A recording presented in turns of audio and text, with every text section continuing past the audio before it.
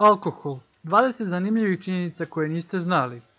Činjenica broj 1. Potrebno je samo 6 minuta moždanim ćelijama da odreaguju na utjecaj alkohola. Činjenica broj 2. Alkohol ubije jednu osobu svakih 10 sekundi širom svijeta. Činjenica broj 3. Alkohol se ne vari, već apsorbuje direktno u krvotok. Činjenica broj 4.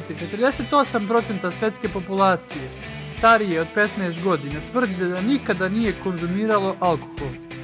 Činjenica broj 5. Alkohol vas ne čini zaboravnim. Kada se napijete do prekida filma, mozak privremeno gubi mogućnost da stvara sjećanje. Činjenica broj 6. Svaki Rus konzumira oko 18 litara alkohola godišnje, što je duplo više nego što eksperti smatraju opasnim. Činjenica broj 7. Postoji oko 500.000 smrti povezanih s alkoholom u Rusiji svake godine. Činjenica broj 8. Ljudi s plavim očima imaju veću toleranciju na alkohol. Činjenica broj 9. Oko 30% slučajeva raka bi se mogli spriječiti izbjegavanjem duvana i alkohola, zdravom dijetom i vežbanjem.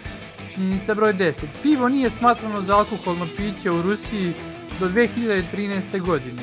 Činjenica broj 11. Najjače pivo na svijetu ima 67,5% alkohola.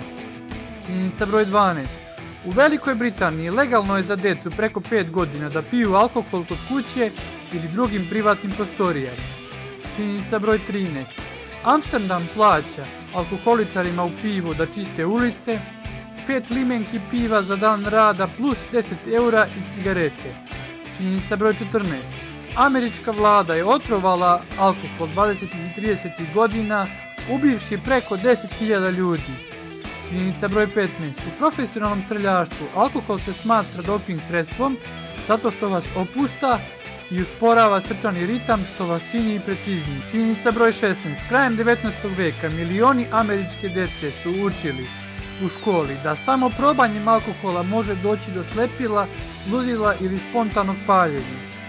Činjenica broj 17. Alkohol konzumiran sa hranom se apsorbuje sporije zato što provodi duže vremena u stomaku.